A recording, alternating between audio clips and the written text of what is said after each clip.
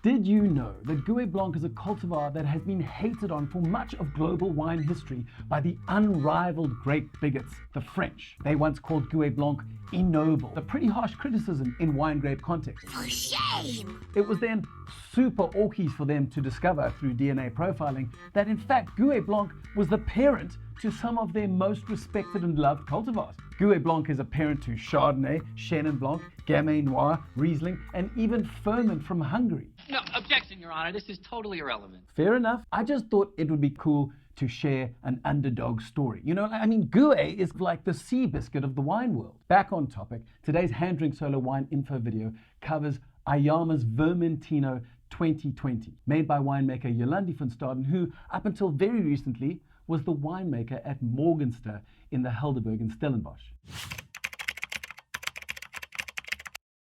As a label, Ayama is really just the wine brand associated with Slent Farm.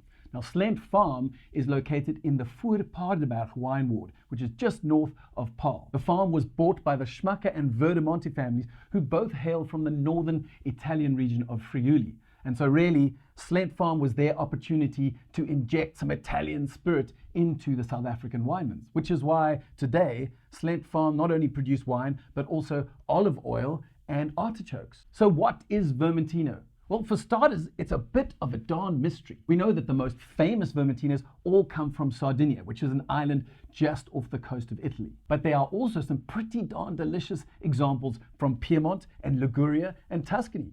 Except in Piedmont, Vermentino is called Favorita. In Liguria, Vermentino is called Pigato. And in Bulgari, Tuscany, Vermentino is refreshingly just called Vermentino. Now, given the fact that more than 85% of the Vermentino in the world exists in Italy, one might be forgiven for thinking that Vermentino was in fact indigenous to Italy. And yet, that is not the most propagated theory of the day. In fact, the most prominent theory is that Vermentino is a Spanish grape descended from one of the Malvasia cultivars. The story goes that the cultivar spread from Catalonia across to Corsica and then up to Liguria and Piedmont and down to Tuscany and eventually very late in the day arrived in Sardinia. Now what we can verify today is that Vermentino thrives in Sardinia and produces these incredible high acid, salty, citrusy, floral wines with incredibly crisp, bitter finishes laden with notes of olive skin and grapefruit.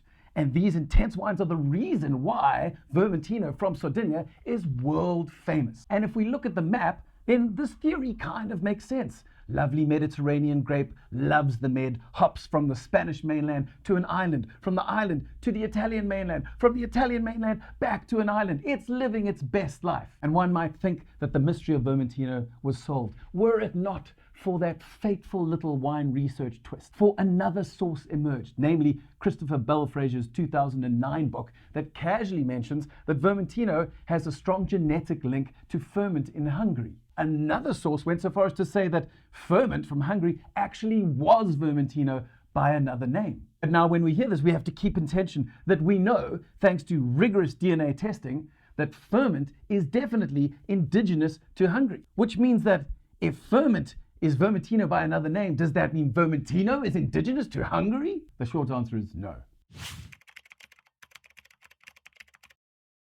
In my exasperation over the seemingly conflicting geographical and ampelographical evidence over the origins of Vermentino, I reached out to Dr. JOSé Vouillamoz. Dr. Vouillamoz is the world's leading authority on cultivar origins and wine grape parentage through the process of DNA profiling. He's kind of like Professor X, but for wine grapes. As a scientist, he refuses to dabble in theories unless there is DNA evidence to back it up. So, surprisingly, according to Dr. Vouillamoz, there is zero evidence to support the theory that Vermentino is in fact Spanish in origin. There is also zero DNA evidence to support the fact that Vermentino ever descended from one of the Malvasia cultivars. And finally, as his book Wine Grapes states so clearly, the most convincing reason to dismiss the theory that Vermentino is Spanish is that Vermentino has actually never been found on the Spanish mainland. Also, he could confirm that there is zero evidence for Vermentino being genetically linked to Ferment in Hungary. What Vouillamoz could tell me was that since Wine Grapes has been published, there was another DNA advance that connected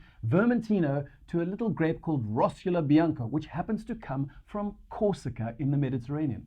Just one little hop from the island of Sardinia. And this all means, I guess, depending on how far back you go in history, that Vermentino is either French in origin or belongs to the kingdom of Genoa. And even if one sets aside the DNA evidence, which would be silly, and uses Occam's razor on the geographical evidence for the origin of Vermentino, Corsica still wins by a landslide. Of course, back in modern day South Africa, the good folk at Slent Farm first had to import Vermentino because none existed in South Africa. Once they did that, it had to sit in quarantine, and there was another fat chunk of time before they could actually get a decent vintage out of it. But they got there in the end, and that is why we have this beautiful beastie in the glass today.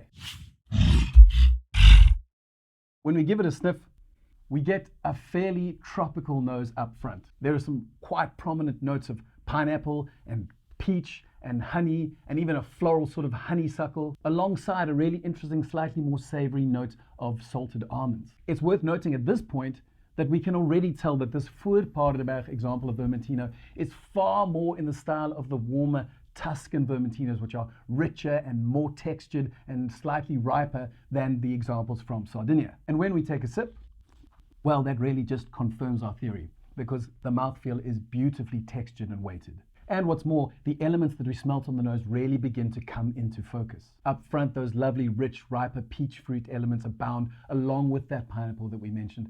But then, really complicating it all, there is a lovely umami-like note of salted roasted almonds, and it almost seems to come from beneath and slowly rise through the fruit, which is a really interesting experience. And then on the finish, you do indeed get that little bitter hint of almond combined with a dark, deep caramelized apricot preserve element.